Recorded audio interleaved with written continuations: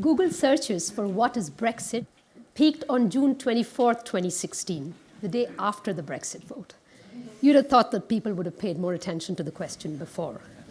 What's happening here is that wisdom is out of the Brexit vote, but poor people have been known to make lots of bad choices. It's correlated with being less attentive parents. They pay less attention to washing hands or vaccinations, or investing in low-cost technologies which they know are good and they know how to use. And in my work, what I do is I study this link between bad choices that poor people are making and poverty. In other words, what's the link between financial anxiety and the mental attention that the poor have? Because not all of these choices are about a lack of money, people think that it is because of these bad choices that people stay poor.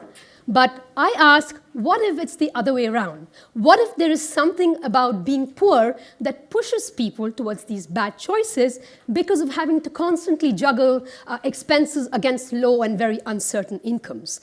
And so what we look at in our research is it dumb people and dumb choices that keep people poor? Or is there something about being poor that makes people dumber?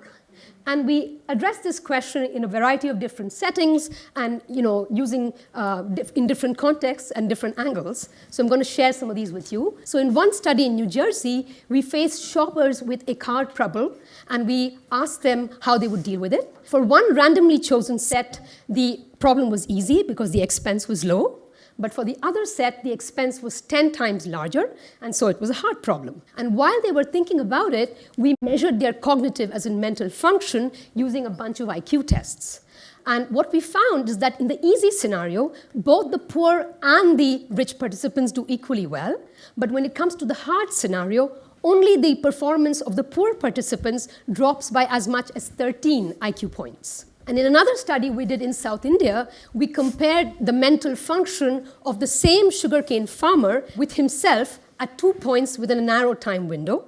One before harvest, when his financial situation was very tight, and one after, when he had his entire year's income with him. What we found again here is that pre-harvest, as in when the situation is financially tight, the same farmer's IQ is 10 points lower.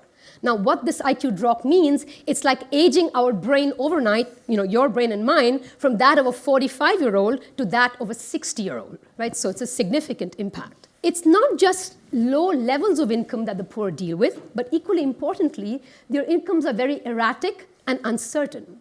And then the question is, how does all this uncertainty affect their cognitive, as in mental function? To ask this question, we did another study in Brazil.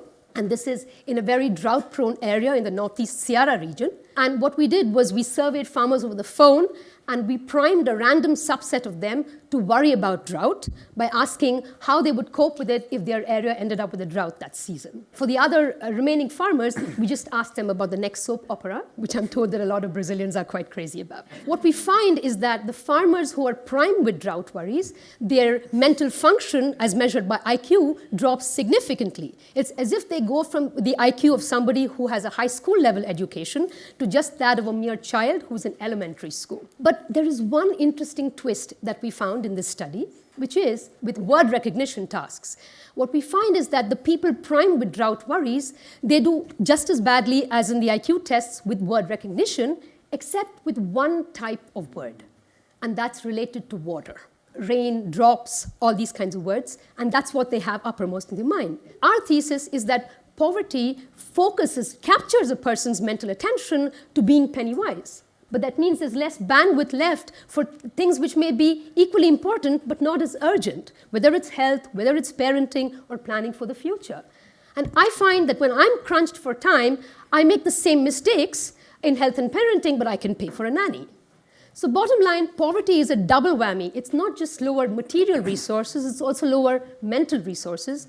And so the action takeaway is that we need to both time policies which are cognizant of this reducing the load, the mental load on the poor, and also structure incentives, whether it's timely reminders or the right defaults on savings plans, or incentives for important choices which are structured around their very urgent needs.